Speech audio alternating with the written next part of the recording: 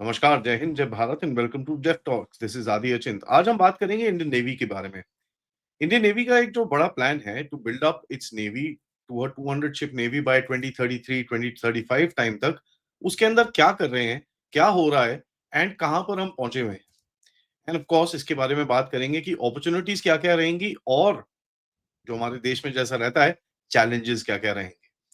Current strength इस Indian navy late 2024 उसके बाद 4-8 शिप्स आ चुके हैं, तो अबाउट 130 140 शिप्स की आपकी नेवी है।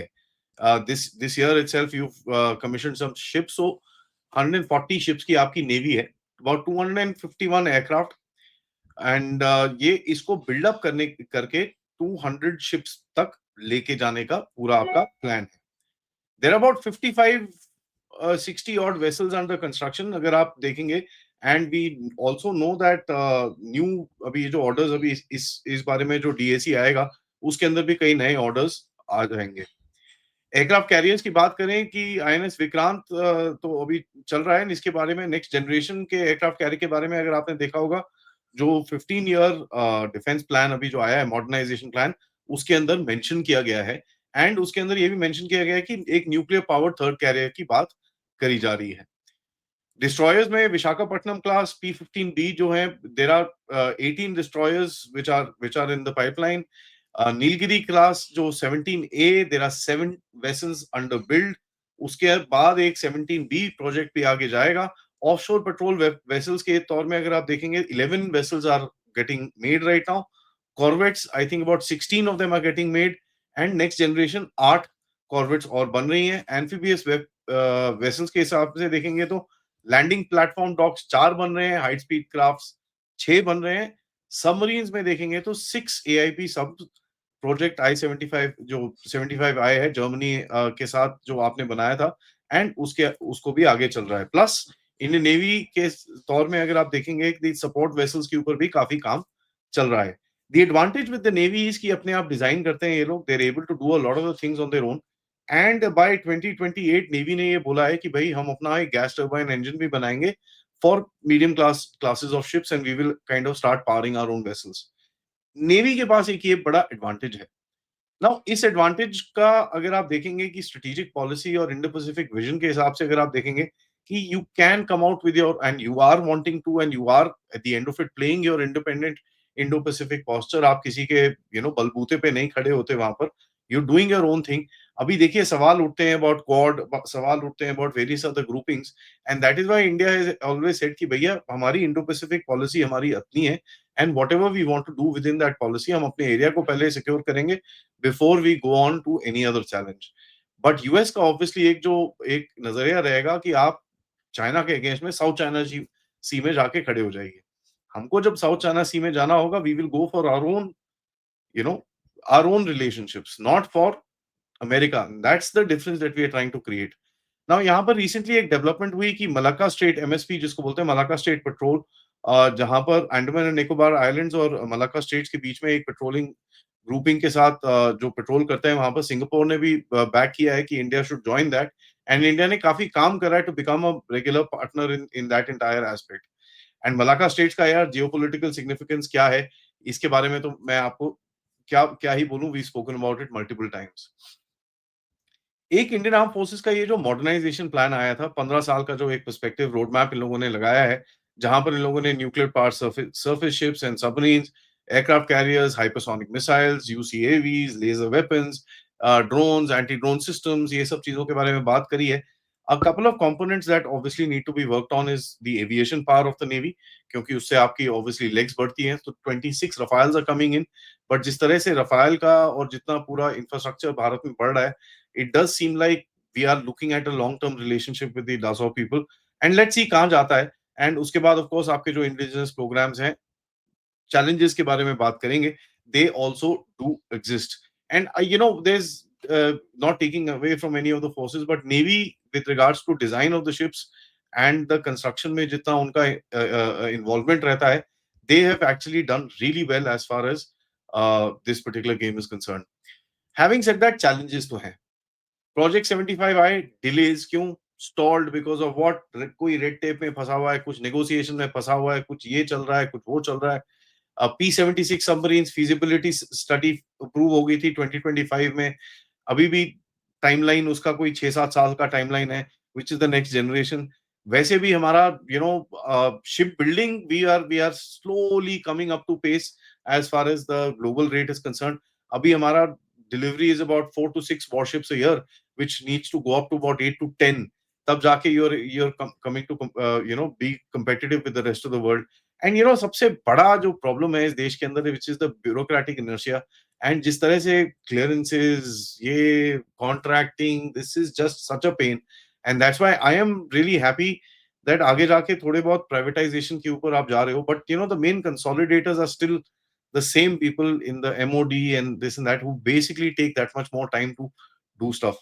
Of course, इसके बारे में डिफेंस फोर्सेस ने बोला है that there will be a 100 and कुछ एक क्या 170 डेज और 152 डेज का ऐसे कुछ एक एक एक क्लॉज डाला हुआ है कि भैया इतने टाइम में ये चीज अभी क्लियर होनी चाहिए, even even the capital projects. But still we have face challenges in this, and this is one place जहां पर डिफेंस इंडस्ट्री को अगर कुछ क्लियरेंसेस फटाफट मिलती हैं, there is a there is some sort of a change in the whole process which is made, the acquisition process जो है, और the post the acquisition process उसके बाद जो क्लियरेंसेस के लिए हर स्टेप में फसावट होती है, उसके अंदर अगर हम कुछ कर सकें, so this plan can be actually achieved much faster. My point is यार गाइस, देखिए हमारे को एक ऐसी जगह पे आना है, because when you look at what the Americans are doing today, Americans का कोई पता नहीं है किस डायरेक्शन में जाने वाले हैं। कल को वो चाइना के साथ बैठ गए, that doesn't mean that you will also go sit with China. So you need to create your own deterrence within this region. Indian Ocean आपका है, and it there is obviously in the next some years there is going to be a power rivalry with this entire thing.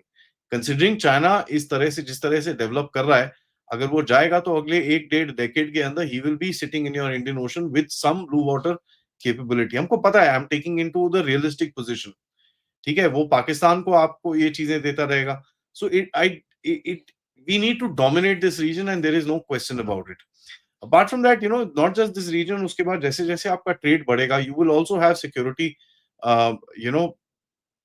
Commitments, requirements, linkages with other countries. Now अगर आप भारत के west की तरफ देखेंगे, तो your security network should actually extend right up till the Mediterranean Sea, क्योंकि वहां तक आपका पूरा ट्रेड जाने वाला है, एंड जा भी रहा है भी, as far as we are concerned. And towards the east, if you look at it, you need to go up till the Philippines, because आपका वहां से अभी जो चेन्नई व्लादिवोस्टॉक कॉरिडोर, ये सब चीजें जाएगा। एंड ऑफ कोर्स आपका चाइना के साथ ट्रेड है, जापान के साथ ट्रेड है, so all that stuff needs to be protected. So the slowly the requirement for the Indian Navy to actually exert its presence in the region ये बढ़ेगा, and इसके लिए जो भी bureaucracy, if if it's going to stop it, it will be quite a shame for us, as a matter of fact. सो मेरा बताने ये बात करने का ये एक मकसद ये है कि इतने सारे रिफॉर्म्स चल रहे हैं कि साहब अगर ये भी रिफॉर्म्स हो जाएं किसी तरह से, तो this will be really really good for the country. Now finally, अगर एक मैं टेकअवेज टाइप कुछ आपको बताऊं, कि इंडिया की जो फ्लीट है, and the Indian navy is a matter fact said कि भाई इसके बाद हम बाहर से शिप्स नहीं खरीदेंगे, हम अपने आप ही सब कुछ करेंगे। सो डाइवर्सिफिकेशन भी आप घर में करोगे, you will be able to build up your capacity, and ऊपर से सबसे बड़ी चीज क्या है इससे, जो the kind of jobs, please understand, जो नेवल इंडस्ट्री होती है ना, it gives a 1.8x direct economic impact. ठीक है, एंड एक 6x इम्पैक्ट होता है on the job in the ancillary sectors. ये एक बड़ी इंपॉर्टेंट चीज है जो हमको समझ में आनी चाहिए। And ship building is a economic boost, क्योंकि देखिए, please understand, China has one of the biggest capacities. आपके भी यहाँ पर ship building contracts with Japan and South Korea के साथ चल रहे हैं। There is a lot that our docks have been able to also do from जो 10-12 साल पहले जो हालत थी। There is private sector which is gone inside, there is commendable work which is happening, and that work needs to be boosted, because एक बहुत बड़ी employment opportunity, एक बहुत बड़ा industry is ready and waiting to be expanded here. ठीक है, and इसके ऊपर काफी काम ऑलरेडी हो चुका है, काफी काम चल रहा है in the civilian sectors. My request is to put that same kind of hard push into the military, so that we are able to actually gain this 200 ship strength much faster than 2032 or 2033 or even 2035. Marine strategy के हिसाब से देखिए, आपको अपनी obviously autonomy यहाँ पर देनी है। You can't be dependent on anybody. regional threats आपके आते रहेंगे. There will be piracy. There will be, now you look at it, Red Sea में जो piracy और ये सब चल रही थी, Red Sea में जो Houthis का चक्कर चल रहा था, the Indian Navy was on legs there.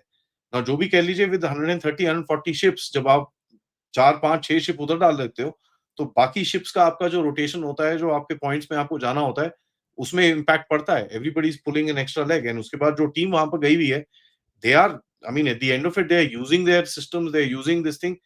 It does create a lot of repairs, spares, whole lot of things that need to be done. And देखिए, ट्रांसफॉर्मेशन की बात हम लोग करते हैं, which is very good. I am really really impressed, but my transformation needs to be there in the thought process of the MOD itself, and thought process of all the babus, right from the top to bottom, who are actually there. एक war footing के अंदर काम करना है, and not just in the Indian Navy, it needs to be done in all three forces, because this is one place where you see गड़बड़. And my last thing that I would say is, India is preparing for a world जहां पर US की dominance जो है इस time पे in the maritime world may not be there. जो maritime aspirations वो ये जो करते हैं, और दूसरे लोगों के साथ डिपेंडेंसी करके ये लोग अभी तक ट्रेड रूट्स जो चल रहे हैं, you may not have something like that in the future. So you need to plan your own, and that is the bottom line of the entire discussion. So thank you so much for watching. ये video को like करिए, subscribe करिए, and please share your comments as to what we can do as citizens to kind of keep on focusing on this. इसके ऊपर मैं तो बात करते ही रहूंगा, but it's important that all of us also must be aware and put the right pressure on the system so that system respond करे, and हमारी जो भी ambitions है उसको हम पार कर सके. And इसी बात में, if you can, please do contribute towards the channel. QR code, PayPal, super stickers, super chats, or you can become members as well. और हाँ, हमारा स्टोर भी जरूर चेकआउट करिएगा. Some new designs have come up there. नमस्कार.